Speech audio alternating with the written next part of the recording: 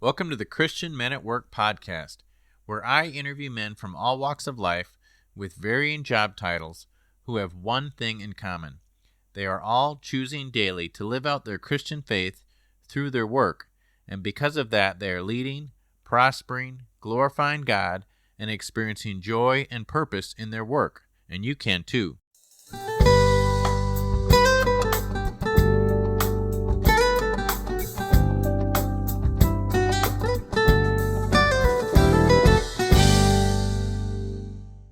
The founders of Gravity Jack, Luke and Jen Richey, are passionate followers of Jesus who are on a mission to help spread the gospel to the 50% of the population that does not have the Bible translated in their heart language by using AR in an AR game. And that probably gives you enough information to introduce our guest, so let's get right to the interview. Well, hey, Luke, it's so good to have you on the podcast today. How are you? Oh, doing excellent. Thank you so much. I appreciate you having us, Dave, or having me. Well, it's a cool topic we're going to cover, so I'm looking forward to it. But like I do with all my guests, if you could just give us a little of your backstory, a little bit about growing up and how you came into a relationship with Christ. Yeah, so I did give this story one time to a pastor couple who wanted to hear the whole thing, and it was 4 hours. So I'll give you the 3-minute or the 2-minute version. Grew up, pretty poor. Like there were times we actually didn't have food, and there was a lot of abuse in pretty much every kind you can imagine. Actually, I can't name one that didn't occur.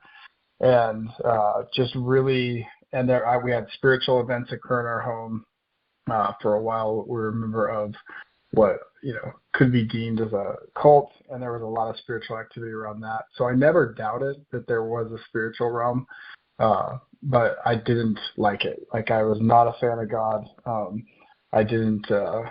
I actively lived as his enemy for most of my life. At the same time, I was really into computers at an early age. I started programming at 14. I was hacking and doing some things, on the slightly illegal side for my early life, and made a lot of money doing both legal and illegal activities in the software space. And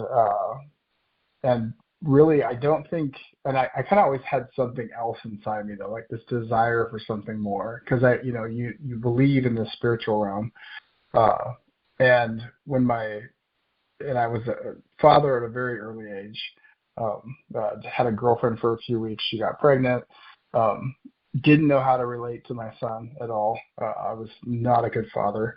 But then at about 24, my first daughter was born. And I remember I showed up and I was hungover, and she'd been born, and I just held her in my arms, and I just thought, man, I want something different. Had no idea how to get there. And meanwhile, my mom has left the relationship that was so abusive, and she's in constant prayer for her children at this point. And then our second daughter was born, and that was really when my wife and I talked, and we're like, oh, and in between that, I met Jennifer, and she really started driving me towards, hey, let's do things different. Let's not be so angry. She is a saint.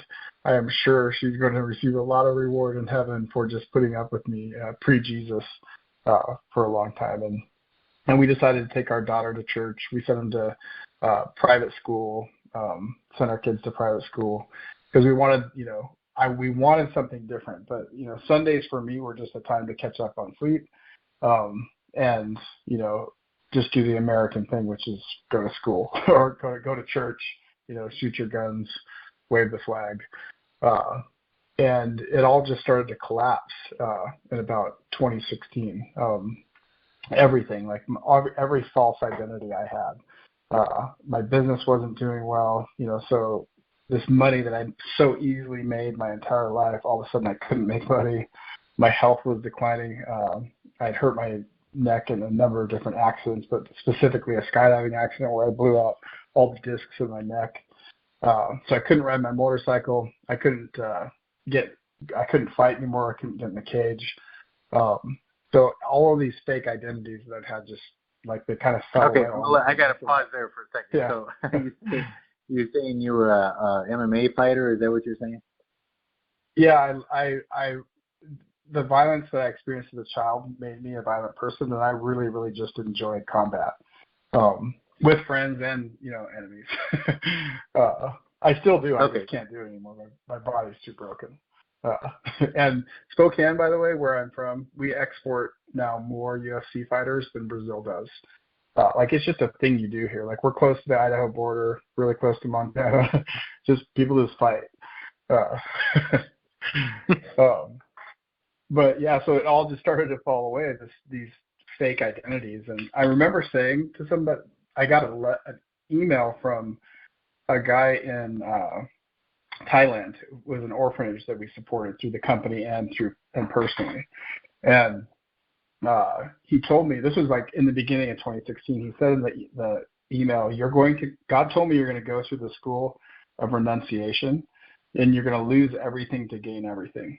And I actually, like out loud, said, F off, right? Like when I read this email, I like delete it.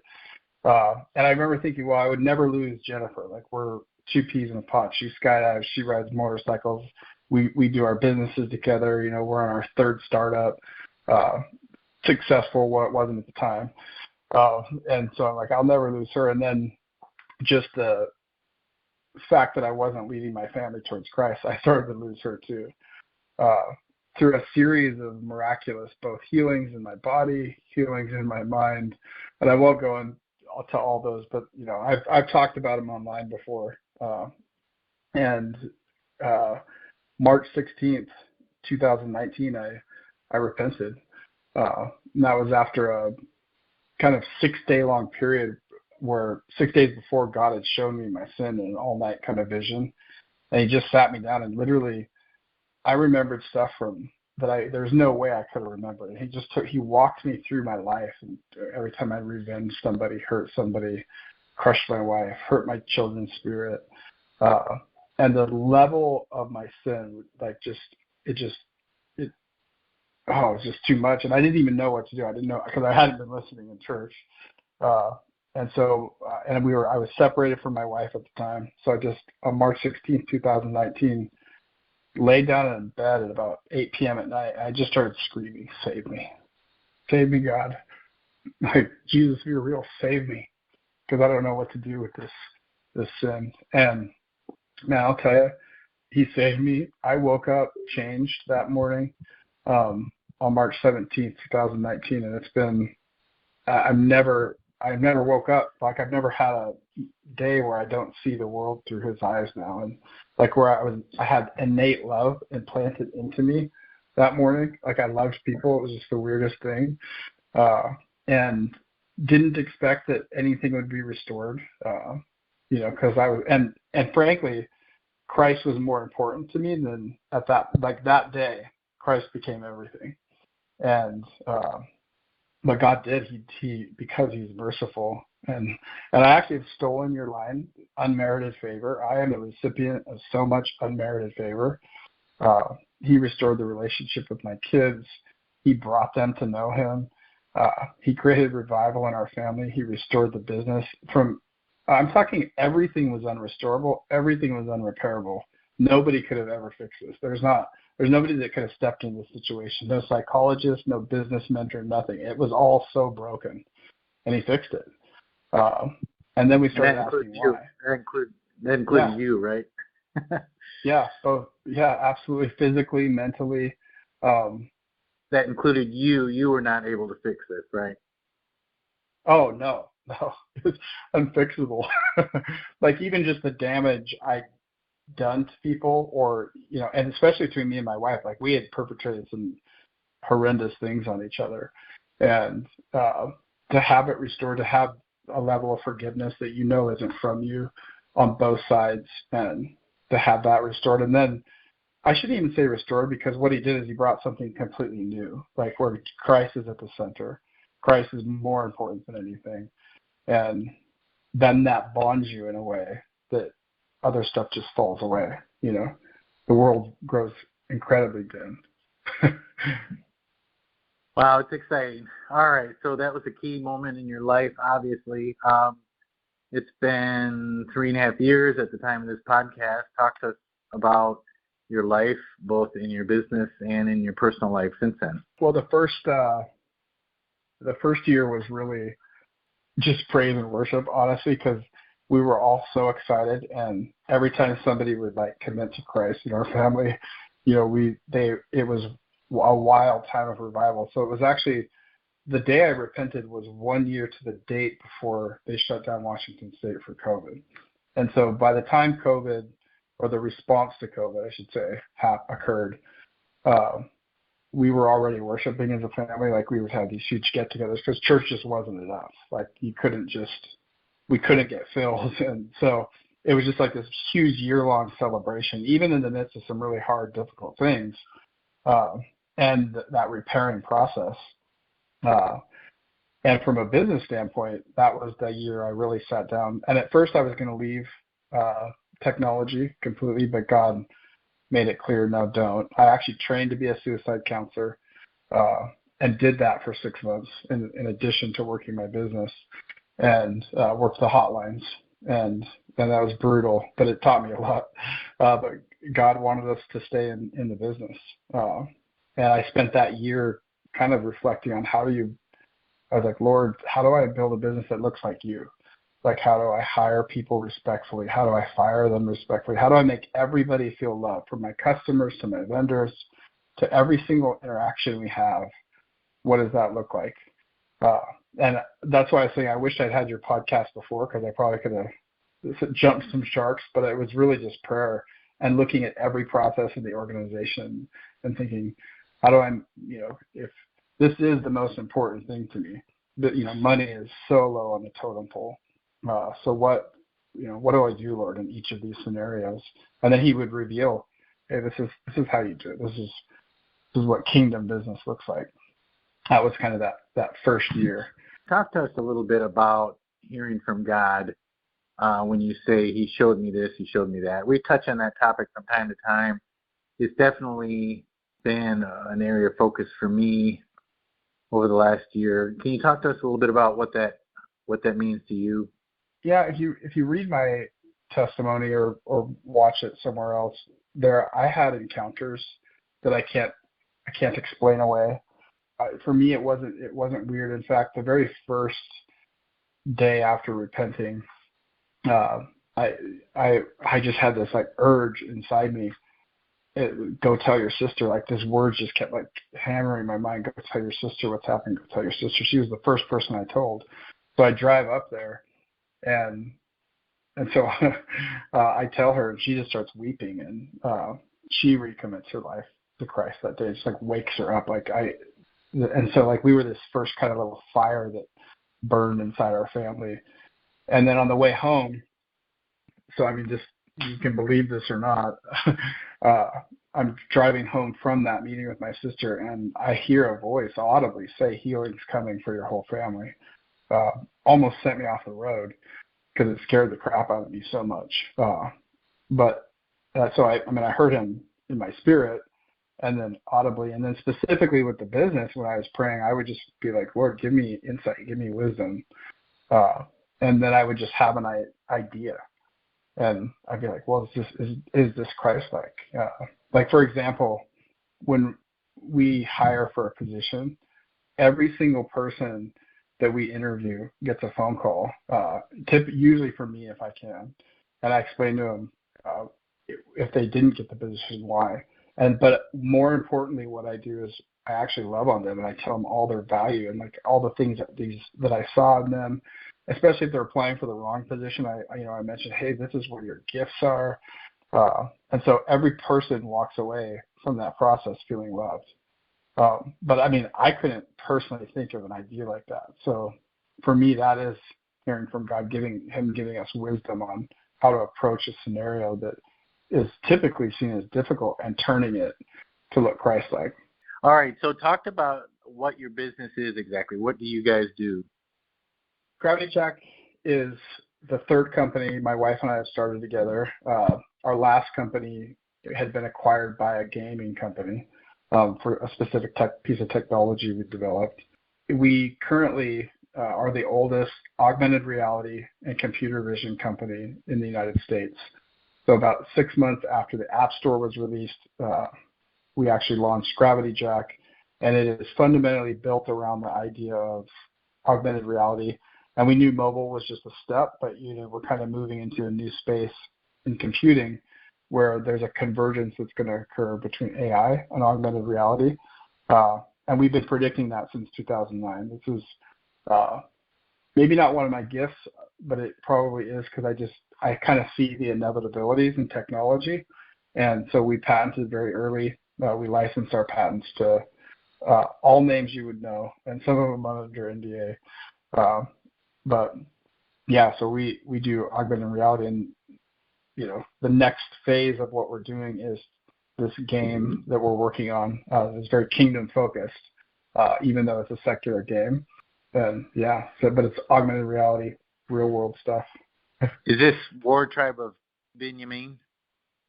Yep. Is that what that is? Yeah. Okay. Yeah. All right. So interesting. You said it's kingdom focused, but it's secular. Talk to us. What do you mean by that? So that was, again, this is praying, Lord, how do I make my business look like you? Like actually everything I do, the money I make. And I was really like, our shareholders, our early investors in Gravity Jack don't share the same faith I do. But I'm like, how do I actually get my shareholders to act in a way that's Christ-like? First off, I have to honor my initial commitment to them, which is return on investment. So I really that was kind of that first year of discovery. And I landed on what's called the Nash equilibrium. It's actually a mathematical formula, and you tie it into game theory. And essentially what you do is you say, okay, I have this entity or this person or this actor, right? How do I get them to act in a way that, comes down to a result that I want? And so it's all about incentive, and the various things like productivity, finances, and really what we landed on was this is how we do it. And so it's semi-complex, but it's not really. So backing up outside of the game, I'm going to talk to you about languages real quick. So there's 7,200 languages on the planet. About 100 of them are targeted by big tech and artificial intelligence, natural language processing engines. And half the world speaks those top 100 languages as their native language. The other half speaks the other 7,100 languages. So essentially half the world never hears anything cohesive in their native language, which is kind of a problem both for marketing perspective and also translation of the Word of God. Because we know that from a marketing and also a conversion rate, when somebody reads something in their native language, they have a 76% higher uptake rate. That's a buying decision, and it's also even a conversion into Christianity, which is why missionaries for years have been getting the Word of God into their native tongues. One of the equations that I was looking at is, okay, how do I make my shareholders care about people in poverty? What I do is I say the people in poverty are going to provide something for my shareholders, and my shareholders are going to invest into those people in poverty over the long term. So essentially what WarTribe of Binyamin is a game that's played by everybody in the world, and we're really good at making games. Our last game we did was doing $35 million a month before we handed it off to the client. So we contracted to do the game. We didn't get to make $35 million a month, but the company that hired us did. We're a reference developer for Meta. So we really know how to make games that people in strong economies will spend on. So what if we took part of that revenue and invested into a long-term play for half the planet languages? So what we're essentially doing is paying them to crowdsource creation of AI, natural language processing engines, for their language group, which gives Gravity Jack and my shareholders long-term a monopoly on speaking to half the planet. That means when Coca-Cola wants to, do a slogan, they can only do it to half the planet currently. But now using our ecosystem, they'll be able to drop a quest in game and get that slogan translated for a specific bounty. Meanwhile, we're also building AI NLPs to automate the process of translation to these people groups.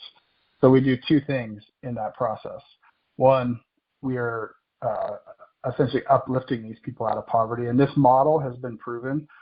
It just hasn't been proven with a game on top of it. This crowdsourcing of AI NLPs has been done multiple times, but it's really expensive, and most people don't want to do it because it's not worth $10 million to reach 50,000 people, unless all of a sudden I can say, hey, that 0.5% of people, we can now reach 5%, 10%, 15%. Now all of a sudden it becomes really valuable to the corporations of the world. But the second thing we're doing outside of just paying these people, which provides them income, and specifically it doubles their income a month, which starts to uplift them out of poverty, to part of that translation process is the Word of God. So we're evangelizing them at the same time. Who's playing this game? Is it the half of the world that speaks all these languages? They're the ones playing the game? We are playing, the game is worldwide. It's both player types. But one player type is like my son. He's the demographic we're targeting to make money from. So if he spends $80 a month in game, which is the average American spend for Gen Z, 94% of them play games. And 94% of them are in that spend. Hold on a second. I got to get that. 94% of Gen Z are playing games, and on average, they're spending over $80 a month. Is that what you said? Correct. Yeah. Wow. Yeah. So we're essentially saying, let's make a game that they won't be able to say no to. And this is the game that we thought of 14 years ago, even pre-Jesus, was how to do this game, but it requires technology that wasn't ready yet. That's why we wrote all these patents. So God was even in this back then. So he spends money in game, and then he just plays, right? He's doing normal quests. He's buying in-app purchases, upgrading this, upgrading that. Meanwhile, we take a portion of that, and we target a people group in a specific area, and we pay people both to translate, and then we pay 4 people to verify what that translator created. So essentially, for one snippet of text, 5 people get paid micro amounts, right? It might be 50 cents for the first paragraph of Moby Dick. But what we do then is we build an artificial intelligence natural language processing engine for that language group when we get enough snippets, right? And so their gameplay is really what's called play to earn or X to earn. They're just earning in the game. So then these people earn this in-game currency, and then they extract it into their local fiat and can spend it as real money. Is there anything like this that you know of? Only the experiment that was ran. There's a group called SIL, and they actually tested this. So they actually went into these areas, and they did this quite a few times. And they were basically testing, can we automate language translation in an unreached people group? And the answer was yes. And then they asked, okay, what were the results? Well, the results were, yes, we can create an AI NLP. So now anytime I want to talk to them, an AI can convert it for me. And so that answer. And then what were the financial results? So the financial results were they received about 6 months of double their income, right? Which then actually has this long-term effect of people having, they're not just struggling to make it day to day, because they can go do their regular work, but they can come home and work for an hour and double their revenue. Now they were starting businesses, and they were giving each other loans and doing things that starts to build a free market. The last result was it was really expensive. So there was no final model to do this, because if you look at $10 million and I was able to do this for 50,000 people, the numbers don't work from a long-term perspective. So the model was proven in a sense, but there was no way to keep feeding the machine to actually do this over the long term. That's where my son's monthly spend comes in. So the income is coming from this one demographic, and then the other demographic. So half the world lives on $2.15 a month. What do they actually do? When you say work for an hour, what do they do to earn money? They'll see. So let's say I'm in Mali, Africa, and they know French and Mali, right? Their native language. So they speak French as a trading language, but Mali is what speaks to their heart. right? So they would pop open the game and they'll open the library. Inside the questing library, they'll see, hey, would you like to make 50 cents or whatever their local currency is? Would you like to make this by doing this first paragraph of Moby Dick's? And they'll read it in French, and then they'll translate it into Mali for us. And over time, when we have enough of those snippets, we actually can do that automatically. Like, we don't need the actual user at that point. So we provide them revenue and income for a period, and it takes about 6 months to kind of create one. How long has this been out? So the game's not out yet. We're actually in a fundraising mode right now. Like, Jen and I are back in Hong Kong and Singapore. Singapore is our launch city for a number of reasons, but it's still in process. The actual, what I'm talking about though for the language and that creation, that has been done. We're partnered with the group that actually did this initial experiment. We're probably about 3 months from finishing our funding round, depending on how the Lord blesses that. And then we're about 12 months from launching the first MVP. Within 18 months though, or within 6 months of launching the minimum viable product of the game, we should have done at least a couple people groups in testing. And then from there, it's kind of off to the races. It's however fast we can make money from the strong economy gamers and pour it into the other people groups. I have to ask you this question. So I'm on kind of a little bit of a weird journey. A lot of things going on in my life. But over the last several years, I was in a mode of, I guess, what you call truth-seeking, trying to unearth all the evils in the world. And one of those evils, depending on what YouTube video you watch, is AI. A tool of the devil. That's the way the devil's going. One of the ways he's going to reach us is through augmented reality and AI.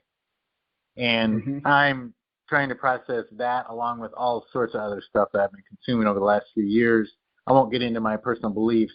I'd rather just hear from you. You've probably heard something like this from other Christians before in some fashion, or maybe some concern about AI, and what would you say to that? I would say what their concern is 100% valid in one sense. If you look at Web 2.0, the internet, and even mobile can kind of be classified into that Web 2.0, there was so much fear around it from the body of Christ that nobody really took ground, which the problem with that is, if you look back in history, all the ground that used to be taken in architecture, in science, in mathematics, and physics, everywhere you look, every major renaissance and gift to humanity to increase things like the Gutenberg Bible came from faith-based people. They understood a principle that we're supposed to own the ground. We're supposed to take the ground. It's all ours. In the first place, it's all his. And as his sons, it's all ours. When you allow the enemy to run it, you end up with Web 2.0, where 64% and probably a little under actually, of the traffic is pornographic. Like just wickedness being transported back and forth, destruction of family and all. But what would have happened if Christianity stepped forward and said, no, let's own this space. In fact, let's be first in all of these various areas so that we can actually keep that stuff out over time. I really do think it's a tool like anything else. We're sitting here talking remotely over a telephone, and I'm confident the telephone also gets used for poor use cases that shouldn't happen.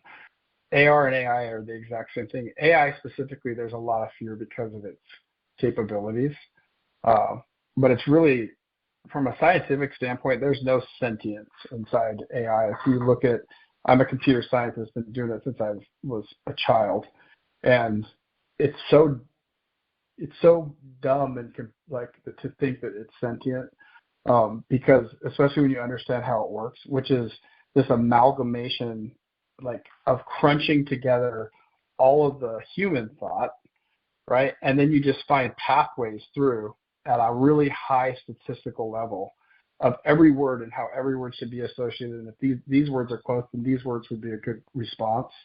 It's actually just a gigantic statistical model that's made possible by our current compute abilities, which our current compute abilities, if you total up all the teraflops on Earth, still aren't even computing what one single human brain is in a day.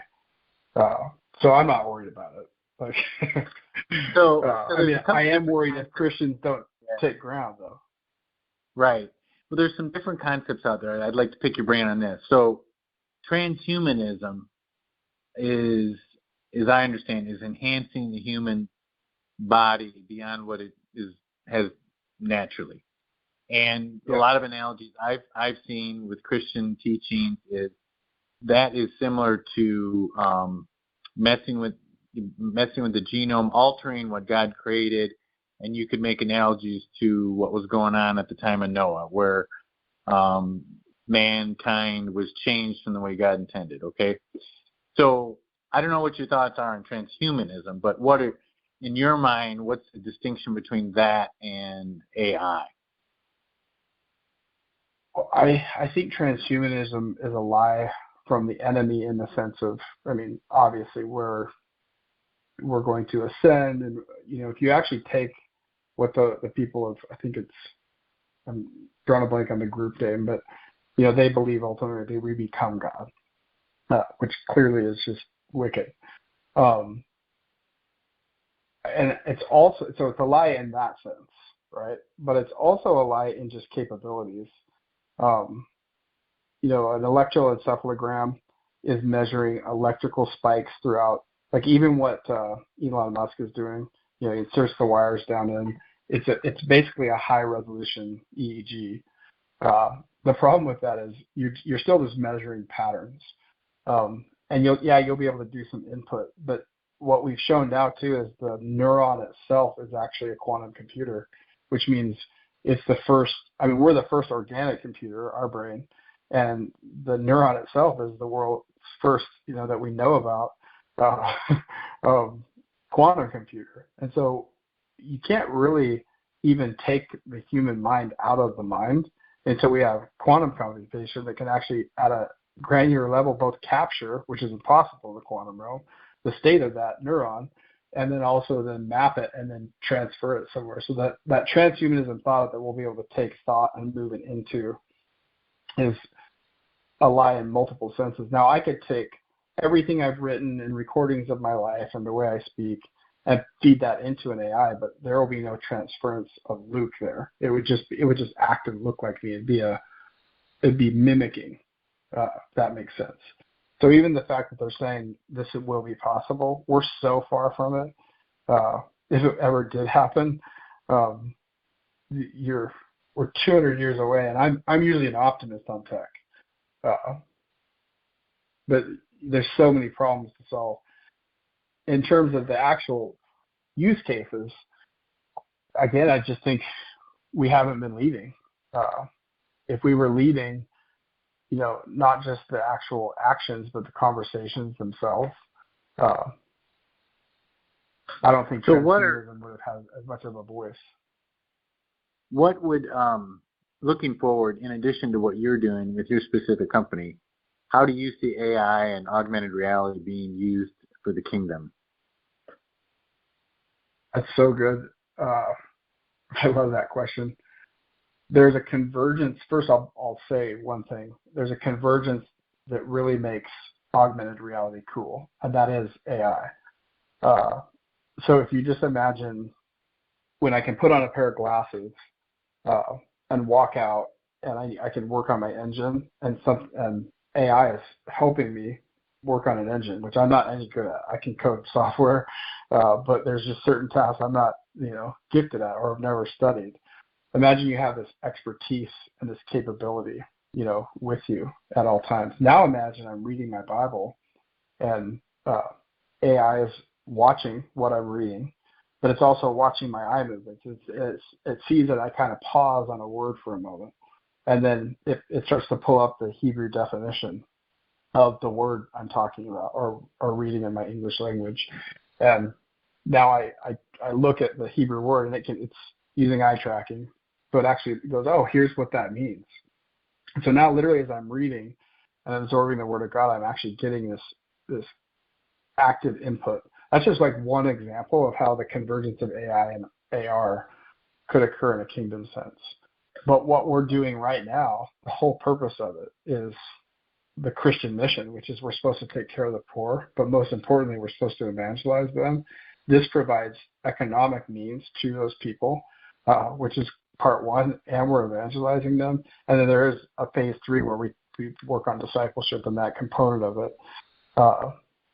But and now these people will have access to the breadth of information and education and even biblical works online via automated translation that they could never get in their native language before. They had to read it in their trading language.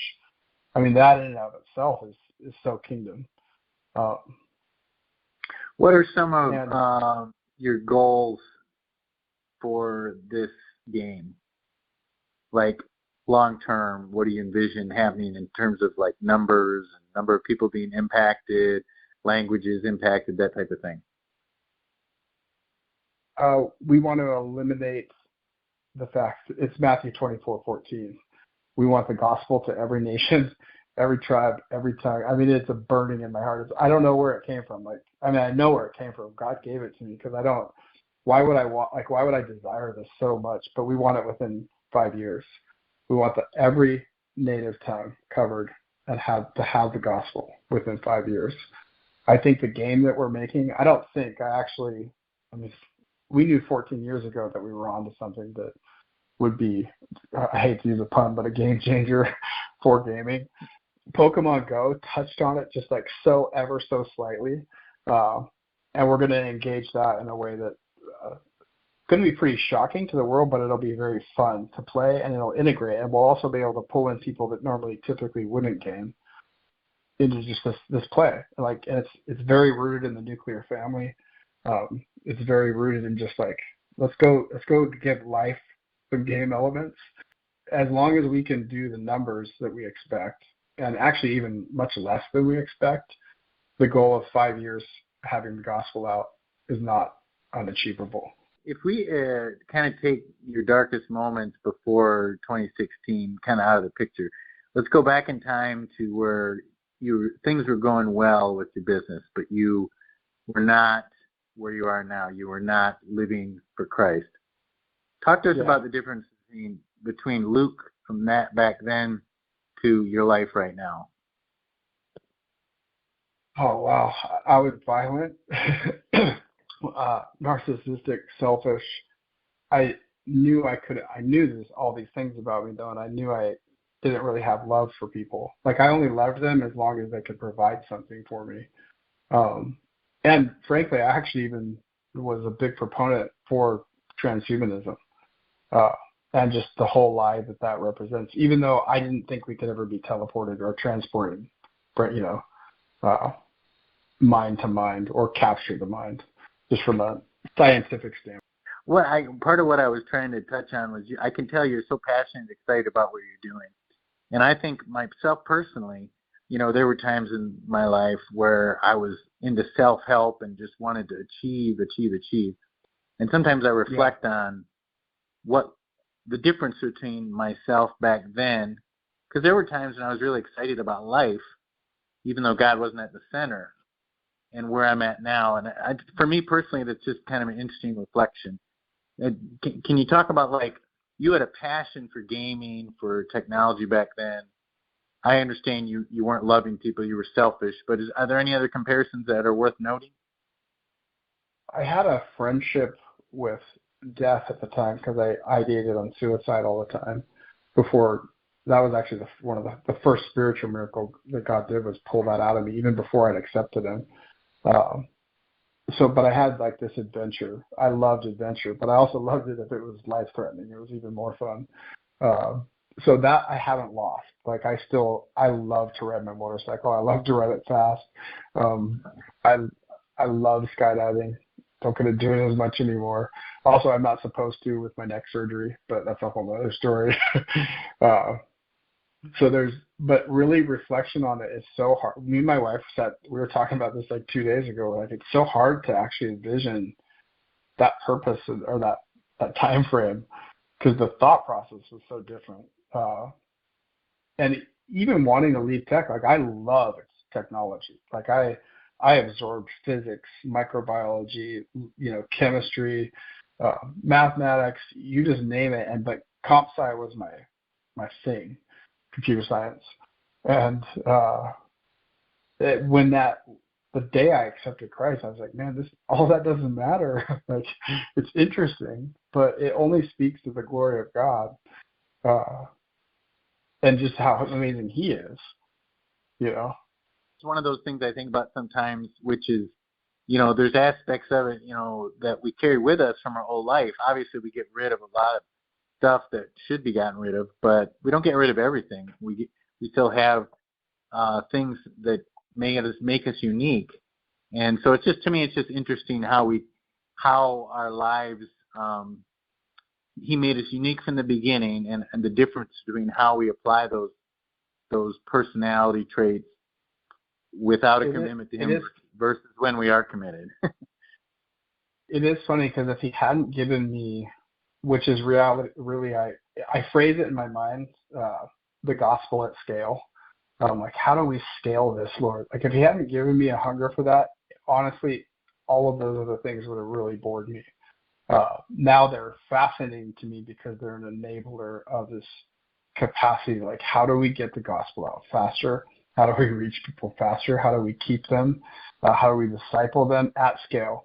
Like, there's a belief, which I hold too, that there is a huge group of people that are going to be coming into the kingdom soon. It's called the Billion Soul Harvest. And if that happens, the church as it is now is completely 100% wholly unprepared to increase by that factor. Like if there's 2.3 claimed Christians on the planet. I read one study, there's probably about 800 million that are spirit empowered. That was done by Oral Roberts University. So basically they believe, like they're more sold out for Christ. Very hard to define because there's so many, but if we added 1 billion people, what would that look like? Like, how do you disciple that many people? How do you actually reach that many people that fast? I mean, the Spirit can do what he wants. The Spirit can move, so obviously anything we do has to have the Spirit in it. But so it's only interesting to me now because there's a purpose for it. If there was no kingdom vector on what we're working on, I couldn't do it. I get what you're going with this. How technology might just have something to do with how to handle all those, discipling all those new souls. Is that kind of what you're saying? Exactly. Yeah, exactly. All right. Well, this has been fascinating. If anyone wants to learn more about this game and this mission that you're on, either to invest in it or find out when it's going to come out or just have a conversation with you, how would they go about doing that? So our website is a great place to start, gravityjack.com. It's spelled just like it sounds, Jack. And there we actually have our crowdfund listed. So you can actually, if you want to invest, we are running a crowdfund in tandem with our private raise that we're doing. And then also, I'm always available on email, luke@gravityjack.com. I love talking directly to people too, so I'm super easy to reach. I don't think I'm any more important than anybody on the planet. So I'll talk to anybody. Thank you, Dave, for having me. No problem. It's been fascinating. Thanks for taking the time. Do you have any other final thoughts before we wrap this up? No, I just want to say again another thank you that I stole your line, unmerited favor. I've used that so many times. I read that in your email and I'm like, that is me. Like I have no reason to have the level of blessing that God's put, and I just thank him for it. Everything is from him, and he is a good, good God. Amen. I totally agree. Well, thanks so much for your time. Hope you have a great evening. All right. Bye-bye. Bye-bye. Men at Work, I hope you enjoyed this interview as much as I have. We just heard about Luke Richey's journey being Spirit-led and living out his Christian faith through his work. Each of our journeys are unique, but hopefully you've heard something in this episode to inspire you and give direction for your own personal daily work life. You can find more information on the show at christianmenatwork.com. Until next time, have a great day and God bless.